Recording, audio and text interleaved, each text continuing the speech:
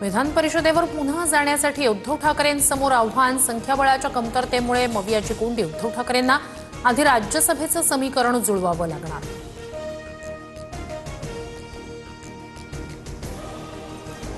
बारा जिल्हा परिषद 125 पंचायत समित्यांसाठी राज्यभरात 70 ते 75% मतदान झाल्याचा अंदाज. 7438 उमेदवारांचं भवितव्य मतपेटीत बंद. उद्या निकाल जाहीर होणार.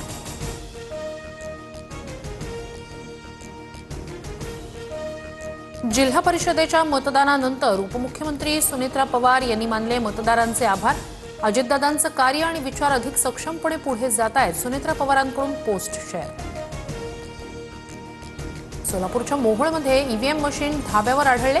धाब्यावर ईव्हीएम सापडल्यानं राष्ट्रवादीच्या उमेश पाटील यांचा आक्रमक पवित्रा. तर संबंधित मशीन अतिरिक्त त्यावर कोणतंही मतदान नाही, प्रशासनाची माहिती. कल्याण डोंबिवलीतील ठाकरेंचे बेपत्ता नगरसेवक, भाजप आमदार आणि महापौरांसोबत एकाच मंचावर.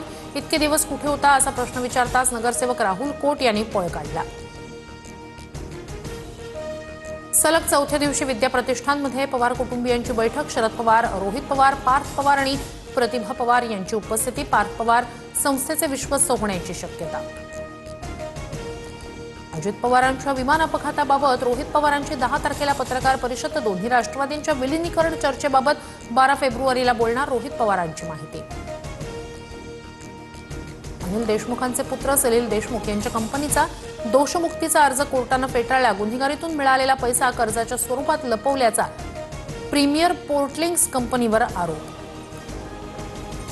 भारत फ्रान्सकडून आणखी 114 राफेल लढाऊ विमानांची खरेदी करणार. राफेलसह नौदलाच्या शस्त्रांचीही खरेदी करण्याची तयारी.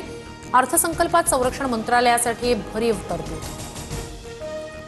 T20 विश्वचषकात भारत-पाक हाय व्होल्टेज सामना होण्याची शक्यता. आयसीसीची पीसीबी सोबत चर्चा सुरू. पाकिस्ताननं काही गुप्त अटी ठेवल्याची सूत्रांची माहिती.